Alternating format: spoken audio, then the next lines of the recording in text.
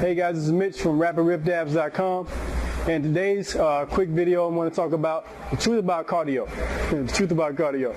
And as you can see behind me, I have people on the cardio machines as we speak. So I just want to real quick kind of give you an expose about what's really going on with your cardio. All right. Sometimes it's not at all what you really think it is. All right. The biggest thing about cardio is that you want to match your cardio to your carb intake, to your food intake. All right. So let's say, for instance, all right, if you're doing a low carb diet, which I really don't recommend unless you're trying to get ready for some type of contest, you know, you're doing some type of carb and water manipulation, all right. But for just the average person, a balanced diet will do you fine, all right. And that's the case, you know, if you're not that active, you're not an athlete, I would say just stick with the steady state, all right? But here's a caveat, all right? Steady state in some type of activity that you like to do, all right? So playing some sports or outside jogging, all right? I would not wholeheartedly recommend, unless you just had to, any of the equipment behind me, it's fine, but personally, I just like to stay away from it. All right. If you are, so if you, like I said, if you're doing a low carb diet, then stick with that kind of stuff. But if you're doing hold on, I got myself confused. Shit.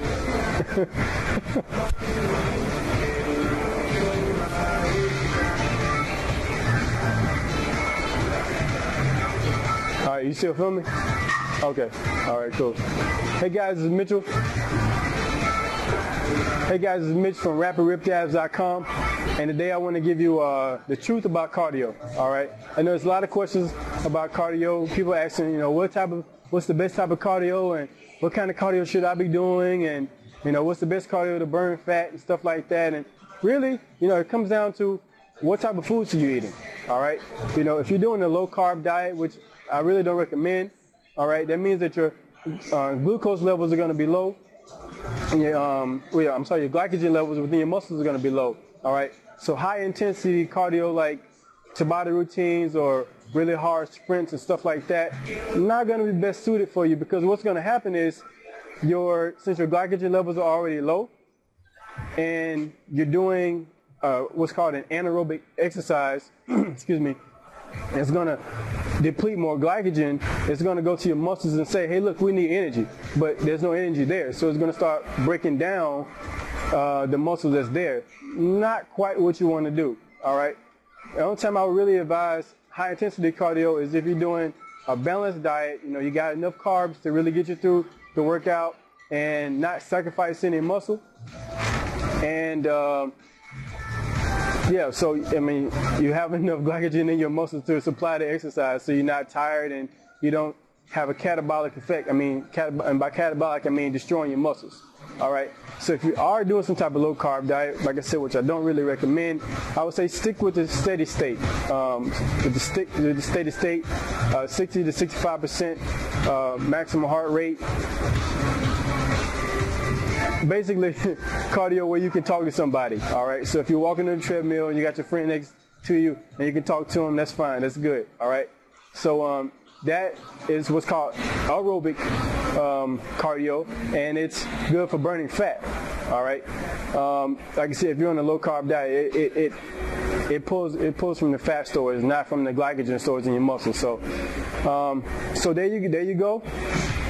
Depends on what you're doing and your carb intake and your activity level. Are you an athlete? Are you active? Can you do hill sprints? I mean, I would recommend hill sprints or some type of sprinting, you know, intensity.